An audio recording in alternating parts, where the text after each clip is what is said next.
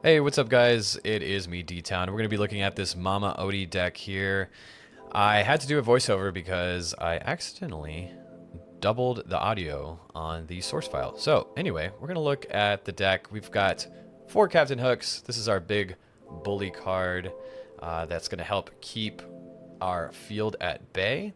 It's also going to be nice because we do run Mr. Smee as well. And then 4 copies of Robin Hood. We are running 4 copies of the large Robin Hood as the shift target. We are also doing 4 copies of Mr. Smee. This is another one of our big bully cards. It also is one of our main lore gainers. The other 2 costs we're running is going to be Cruella de Vil. This is our anti-evasive unit. It also has 3 strength. And then to round out our 2 costs, we have 1 jump ahead at 3 copies there. So playing in Mr. Smee on 2 and then being able to sing 1 jump ahead into your, well, play Mama Odie on 3 and then 1 jump ahead sing on 3 as well. That'll net you +2 ink, which means on turn 4 you'll have 5, which is pretty nice. So Mama Odie, really our MVP of this deck. It's the main reason that we are playing it. We get +1s off of her. So during your turn, normally you would draw a card, then ink a card. But with Mama Odie, you could draw a card, play a song as your ink, and that's your ink for the turn. So now, instead of getting a -1 every turn where you are inking and playing, you're now just breaking even. You're playing a card and then you're getting a free ink. So it's really nice. She is at 1/3, so she survives things like grab your sword. She survives a Tinkerbell assault. So she could stick around for a little bit if you need her to. Otherwise, just get the ink that you need and then start questing with her. So we have a couple of other spells in the deck, like Let the Storm Rage On, Strength of a Raging Fire, run 4 copies of those each. Again, just kind of controlling the board state for us while we're gaining ink. Our 4 cost is going to be Grandma Tala, which is, I think, another MVP of the deck. Being able to 1 jump ahead and then Grandma on 3 is really nice. Getting to look through your deck. She replaces herself. It's just really great. 2 copies of McDuck Manor, which as our opponents are contemplating whether or not to deal with our Robin Hoods and our Smees, we could throw this out and just add more fuel to the fire. It's also one of our big lore gainers for the game. We have 4 copies of the Long Came Zeus, again just kind of helping control the board state, and Grandma Tala can sing it as well, which is really nice. 2 copies of Cogsworth, really just tech options for the steel matchup, but haven't really seen it come into play too much. We've got Beast for additional card draw, the Shift Robin Hood is just a huge bully. Then we also play the 6 cost Robin Hood. This is to help our card advantage stay in place because there may be opportunities for us to do some additional inking, which will drop our hand down significantly, and Robin Hood kind of helps us add more fuel to the fire. So we got him at 3, might even put him at 4, consider maybe cutting another Cogsworth. 4 copies of Tinkerbell, just one of the biggest field bullies in the game. Opponents have to really respect her, and she helps us get rid of a lot of small threats like Morph and others. And then 2 copies of the Big Grandma, which is kind of a game ender, but haven't really been too impressed with her, as this is mostly a mid-range deck, and we don't want to expend our ink too far, because that just puts a lot of strain and pressure on us to have to do that. So she's there if we need her, but otherwise, let's get into some games. All right. So this game here, we're going against Ruby Amethyst. This isn't a ranked game, but I wanted to include it in here because it is a good display of the cards. It's also it's a very skilled opponent too, so we'll get to see a little bit of back and forth and how we react. So we're hanging on to Mama Odie and one of our spells. You get to see my goofy face in hyper mode here as I try to just speed up through these matches. So we have a couple of Robin Hoods, which are not that great. We really want to see a 2-drop because we do have the 1 jump ahead in hand. It would be great to sing that. And we do end up getting the 2 cost card here, which is really nice.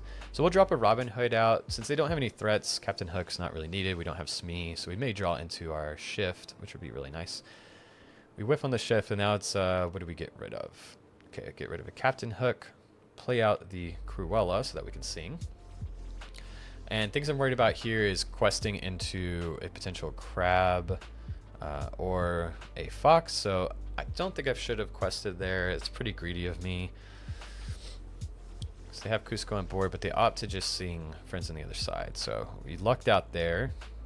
We're going to ink a Robin Hood, play Odie, go through with our combo, and now we're already at 5 ink. And that was without even inking for... Oh no, we did ink for the turn. I'm sorry. So we inked for the turn, but now we're kind of in a position where, since we have a couple spells in our hands, we have board control, we don't really need to be inking the cards in our hand because we have that Odie, and this is kind of what I'm talking about. So we have some decisions to make here. And it looks like we're going to go ahead and shift so that we have a really strong board control. Contemplating on whether I should sing this with Odie or with Robin Hood. Since they're going into turn 5, we go ahead and just do the Robin Hood, because if they Maui us, we still have Let the Storm Rage on to finish out the Maui. So now we're at 6 ink. And opponent decides to go for the Cruella, keeping us at a low card advantage. Maybe thinking that we'll want to just trade into the Maui here. So I think about the Cogsworth, but I value the card draw from Robin Hood, the potential card draw, I should say, a little bit higher. So I go ahead and say, you know, if they have another Maui, they have another Maui. We've already gained a lot of good ink, and we have another Mama Odie in hand. So we'll go ahead and sing with her so that we can get the extra lore from the quest on Robin Hood. Opponent has a second rabbit, which is a little frustrating to see. They got a full grip of cards. We are 1 ink ahead of them right now, but I mean, if you told me to trade 1 ink for another 2 to 3 cards in hand, I would love to do that. But our board state is rather strong. However, we are going against Ruby, so there is the possibility of be prepared. So we end up destroying the rabbit because, you know, having that rabbit get bounced a couple more times would spell certain doom from us.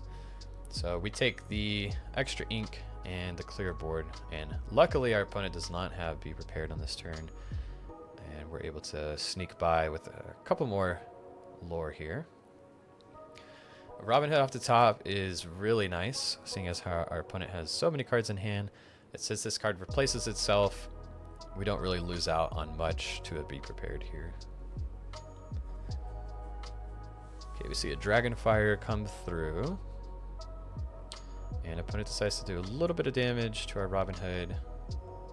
I thought maybe a Teeth was going to come out here, which would be pretty upsetting, but luckily we get another chance to survive, and we think our opponent, you know, we have to respect to be prepared here.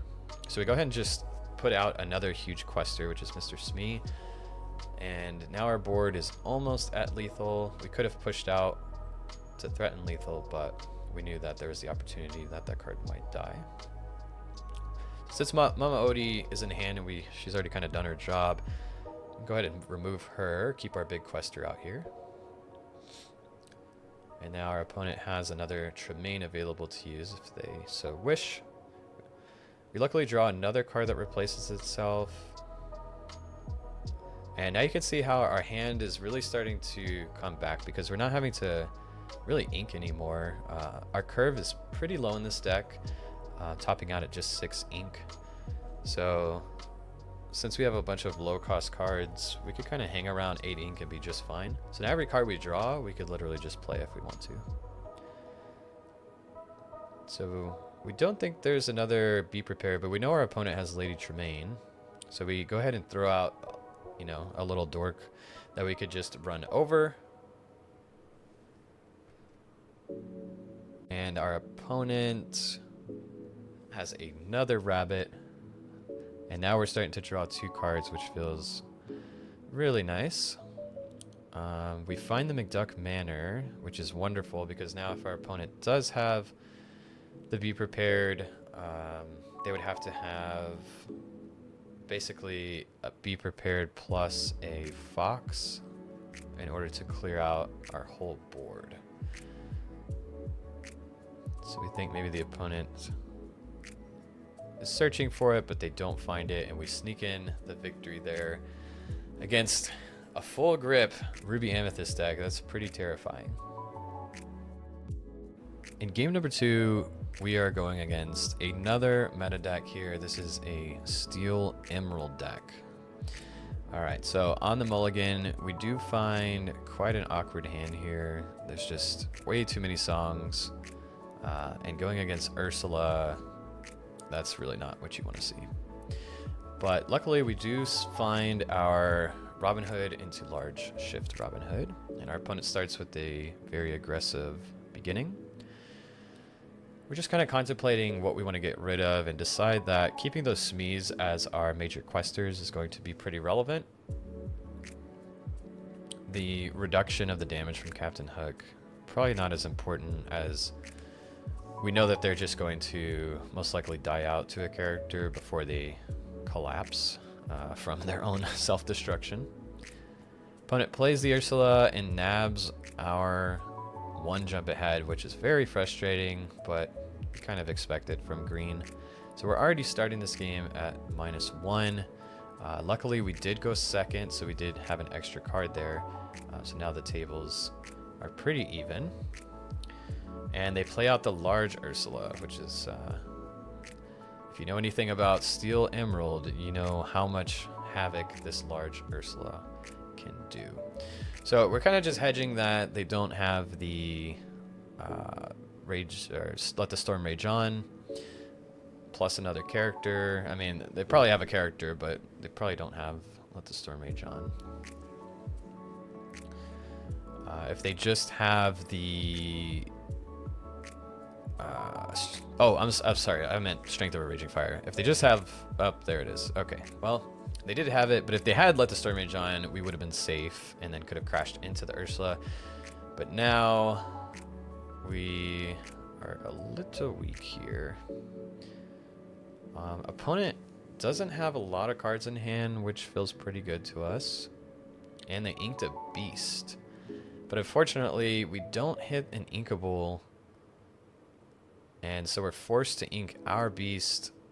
But luckily, we do find another beast. So a little bit of unfortunate activity happening there, but filled in with some fortunate activity. So opponent is inking and decides to just hard cast a whole new world, which feels wonderful after all of our cards were, discarded from our opponent. They've now generously given us some more cards back. So there are lots of lines we could do in this hand here, like potentially playing Odie into a spell. We could play McDuck Manor into a Robin Hood. Luckily, at turn 5, we have a lot of great options. These 4-cost cards really make a nice curve in this deck. But we decided to go with the Mama Odie because we know that this will grant us an additional ink. And we get to remove some of their lore threat on the board. And now we're starting off our turn very strong. And since they gave us a full grip, we went ahead and just did an additional ink. This puts our Tinkerbell online now, if we choose to go that route. If we don't go that route, we do still have the shift, what's her name? The Grandma Tala available to us.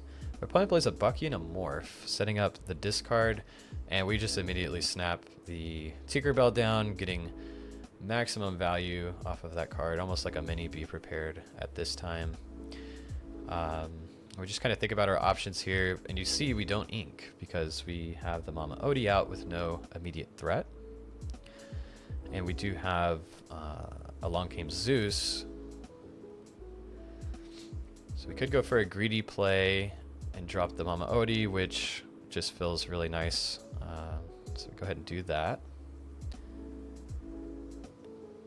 And we throw down the McDuck Manor, trying to bait out this Robin Hood a little bit. Decide to quest with Tinkerbell just because we fear that our opponent might have a way to get rid of it.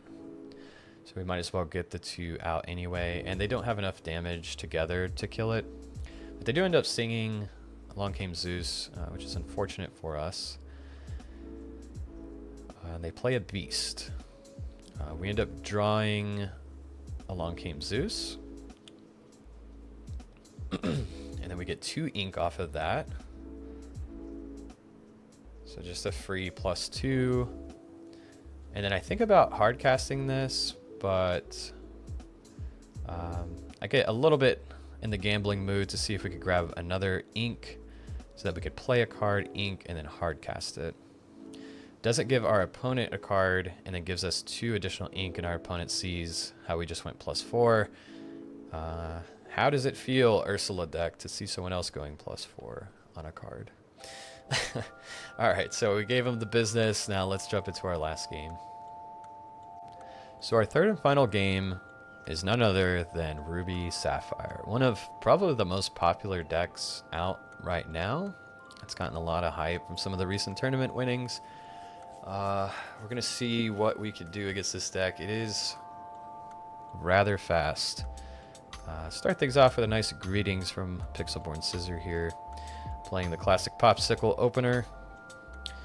And things on our mind is we know that this deck takes a little bit to set up, so we can potentially sneak some lore in there.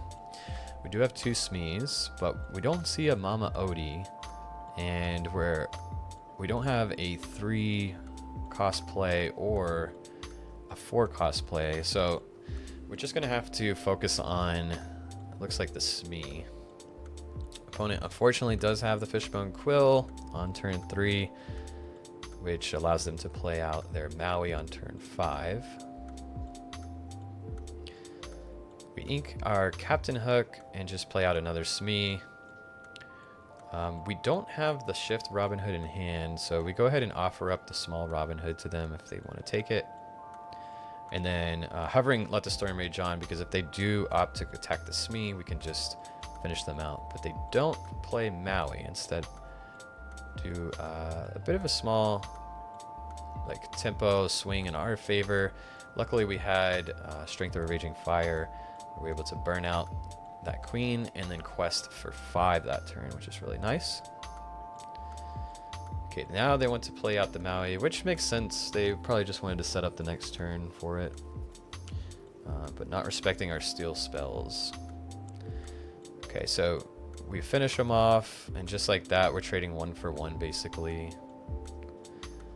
And now we have the Mr. Smee that's unfortunately going to meet his demise here, but you know, he got his 6 lore in.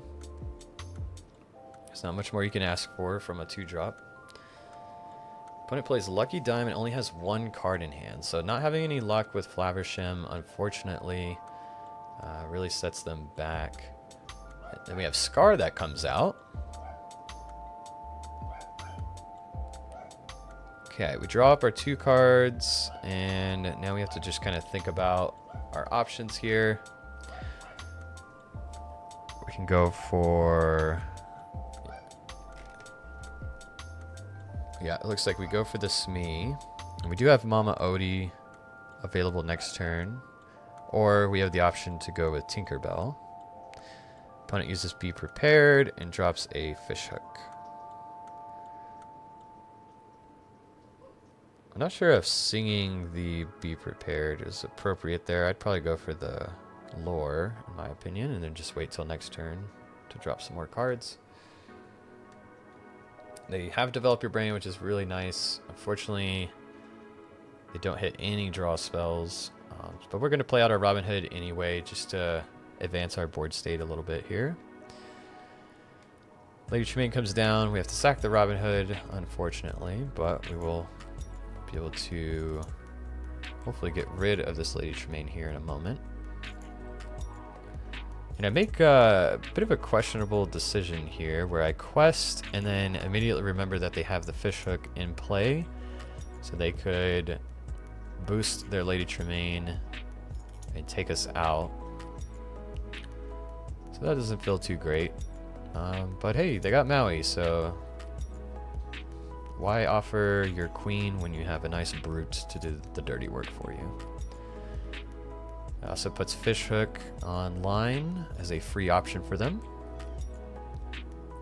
Popsicle comes in just so that the Maui doesn't die, but little did they know we have the power of Zeus behind us.